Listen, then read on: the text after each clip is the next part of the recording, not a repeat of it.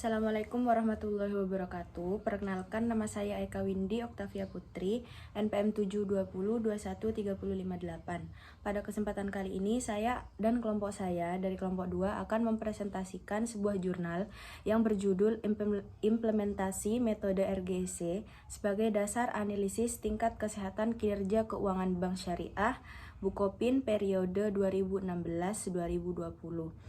Jurnal ini disusun oleh dua orang, yaitu Handila Rizka dan Muhammad Iqbal Surya Pratikto, di mana jurnal ini diterbitkan pada Jurnal Akuntansi Indonesia pada tanggal 2 Juli 2022 dengan volume 11 pada halaman 146 sampai 158. Nah, pada kesempatan kali ini saya akan menjelaskan mengapa jurnal ini disusun. Jurnal ini disusun dengan abstrak, yaitu perbankan sebagai salah satu lembaga pemegang kendali perekonomian negara memiliki kewajiban dalam menjaga dan memelihara amanah dari masyarakat untuk senantiasa menerapkan prinsip kehati-hatian terhadap setiap dana yang dikelola dan memperhatikan kinerja risiko sebagai sumber yang dapat mempengaruhi tingkat kesehatan bank. RGEC merupakan salah satu metode yang mempengaruhi tingkat kesehatan bank, yaitu metode ini menganalisis ada empat poin, yaitu RG dan RGE dan C, di mana empat komponen tersebut merupakan risk profile, good comparative governance, earning, dan capital. Penelitian ini ditunjukkan untuk mengetahui seberapa sehat Bank Syariah Bukopin dengan periode pada tahun 2016 sampai 2020. Dengan jenis penelitian yang digunakan merupakan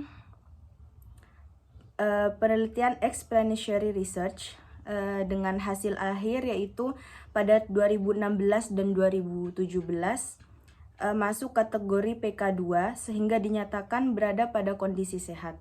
Sedangkan pada tahun 2018 hingga 2020, Bank Bukopin ini dianalisis berada di kategori PK3 sehingga dinyatakan bank tersebut mengalami kondisi kurang sehat pada 3 tahun terakhir. Baik, itu saja yang dapat saya sampaikan. Untuk penjelasan selanjutnya akan disampaikan oleh rekan saya. Terima kasih. Baik, Assalamualaikum warahmatullahi wabarakatuh. Perkenalkan, nama saya Nurul Imami dengan NPM 720213064. Di sini saya akan melanjutkan presentasi dari saudari Eka Windy Oktavia Putri. Di sini saya akan membahas tentang pendahuluan. Yang pertama adalah latar belakang, yang dimana latar belakangnya berisikan bahwa sektor perbankan sebagai unit dari lembaga keuangan memiliki peran penting dan ikut andil dalam memajukan kondisi perekonomian suatu negara, termasuk negara Indonesia. Lembaga keuangan syariah bank di Indonesia memiliki wewenang sebagai pemegang kendali yang hakiki dalam urusan perkembangan perekonomian. Sebab Indonesia termasuk negara berkembang yang tengah membangun untuk memajukan kualitas di segala sektor. Perbankan dalam menjalankan tugasnya harus senantiasa memperhatikan perspektif risiko yang ditimbulkan dari kegiatan operasional yang berkaitan dengan pengelolaan dana, dengan cara melakukan pengelolaan dana secara hati-hati dan dilakukan dengan penuh pertimbangan terkait manajemen risiko yang dinilai dapat menjadi pengaruh dalam tingkat kesehatan bank. Kesehatan bank ini mengacu pada keadaan suatu bank dapat secara stabil menjalankan kegiatan usaha dan memenuhi seluruh kewajibannya dengan baik sesuai dengan ketentuan yang berlaku. Dan yang kedua ada subjek penelitian. Subjek penelitian pada jurnal ini yaitu pada Bank Syariah Bukopin. Dan yang ketiga, yang terakhir ada tujuan atau manfaat, yaitu untuk dapat mempertahankan dan meningkatkan penghargaan yang telah didapatkan.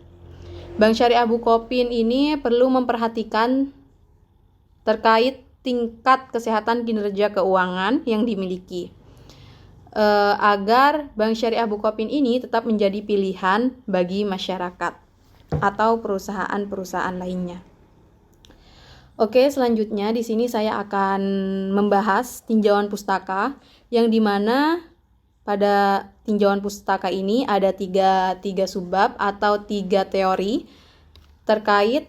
Yang pertama ada tingkat kesehatan bank, yang dimana tingkat kesehatan bank ini dapat didefinisikan sebagai kondisi yang dinilai berdasarkan risiko dan kinerja bank yang mencakup penilaian faktor profil risiko atau risk profile, good corporate governance atau GCG, rentabilitas atau earnings, serta permodalan kapital. Dan yang kedua ada kinerja keuangan bank.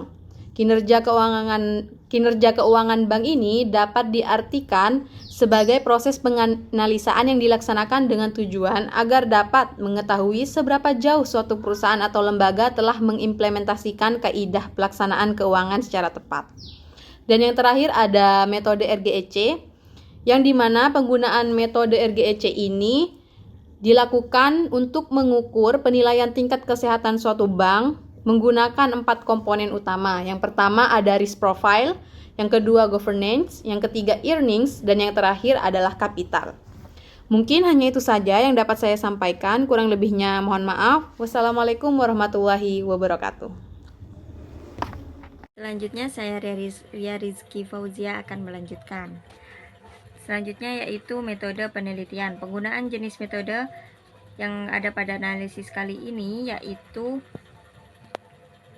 explanatory research, di mana diartikan sebagai metode penelitian yang menjelaskan variabel-variabel yang diteliti serta pengaruh variabel satu dengan yang lain. Dalam penelitian ini, variabel yang diteliti yaitu NPF, VDR, ROA, ROE, NI, BOPO, dan CAR. Penggunaan jenis data sebagai bahan analisis kali ini yaitu jenis data sekunder yang diwujudkan dalam bentuk laporan keuangan yang terhitung mulai tahun 2016 sampai tahun 2020 yang didapatkan dari website resmi Bank Syariah Bukopin. Data lain data sekunder yang didapatkan dari berbagai literatur, jurnal, dan buku yang sejenis dengan penelitian ini. Penelitian ini menggunakan analisis data berupa analisis tingkat kesehatan perbankan dengan menerapkan metode RGEC, di mana metode tersebut menggunakan 4 komponen penting yang terdiri dari risk profile yang dianalisis dengan NPF dan VDR, good corporate governance dianalisis menggunakan VDN, earning dianalisis menggunakan perhitungan ROA, ROI, NI, dan BOPO, serta komponen yang terakhir yaitu kapital yang menggunakan perhitungan CAR. Selanjutnya hasil penelitian. Berdasarkan perhitungan yang telah dilakukan peneliti, maka didapatkan hasil bahwa pada tahun 2016 dan 2017 Bank Syariah memperoleh peringkat 2 dengan rata-rata nilai 76,5. Hal tersebut menunjukkan bahwa bank berada pada kondisi sehat dan mampu mengelola operasionalnya dengan baik. Pada periode 2018-2019, Bank Syariah Bukopin memperoleh peringkat 3, di mana dengan rata-rata nilai komposit 65 yang menunjukkan bahwa bank cukup sehat dan mengalami penurunan 1 tingkat.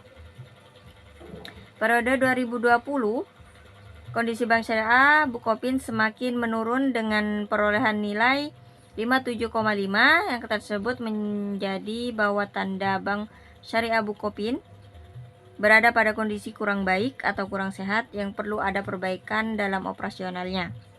Berdasarkan analisis yang telah dilakukan dengan metode RGEC, dapat diketahui bahwa metode RGEC bukan hanya fokus terhadap laba dan pertumbuhan, namun juga fokus terhadap penilaian self-assessment dengan mengutamakan manajemen risiko, pelaksanaan CGC, GCG, dan rasio keuangan dalam menilai kondisi suatu bank. Dengan hal tersebut, maka metode RGEC dalam proses analisa kesehatan bank dinilai lebih komprehensif.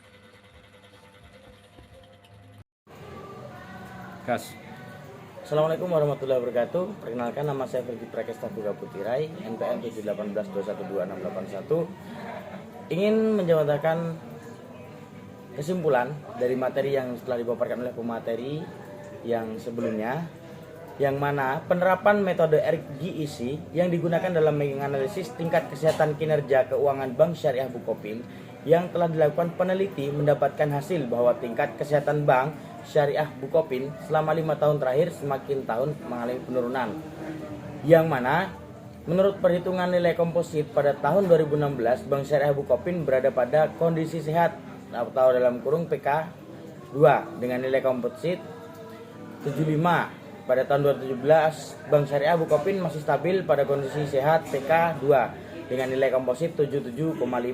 Namun, pada 3 tahun selanjutnya, yaitu tahun 2018 hingga 2020, Bank Syariah mengalami penurunan komposit yang cukup drastis dengan rata-rata nilai komposit 59,167, di mana angka tersebut termasuk dalam kategori PK 4, sehingga bank dikatakan kurang sehat. Agar bank dapat kembali sehat, maka perlu dilakukan evaluasi maupun perbaikan terutama dalam hal operasional. Nah, dari materi yang sudah dijawantakan dari pemateri, keunggulannya dari RGIC di sini adalah penulisan bahasa yang digunakan mudah dipahami dan juga penulisan jurnal yang sangat menarik bagi pembaca. Untuk kelemahannya pada bagian abstrak tidak tercantum unsur-unsur kepenulisan abstrak dalam jurnal dengan lengkap. Sekian dari saya, akhirul kalam, aku syukran ala kulli timamikum, wallahu muwaffiq ila aqwamit thoriq. Wassalamualaikum warahmatullahi wabarakatuh.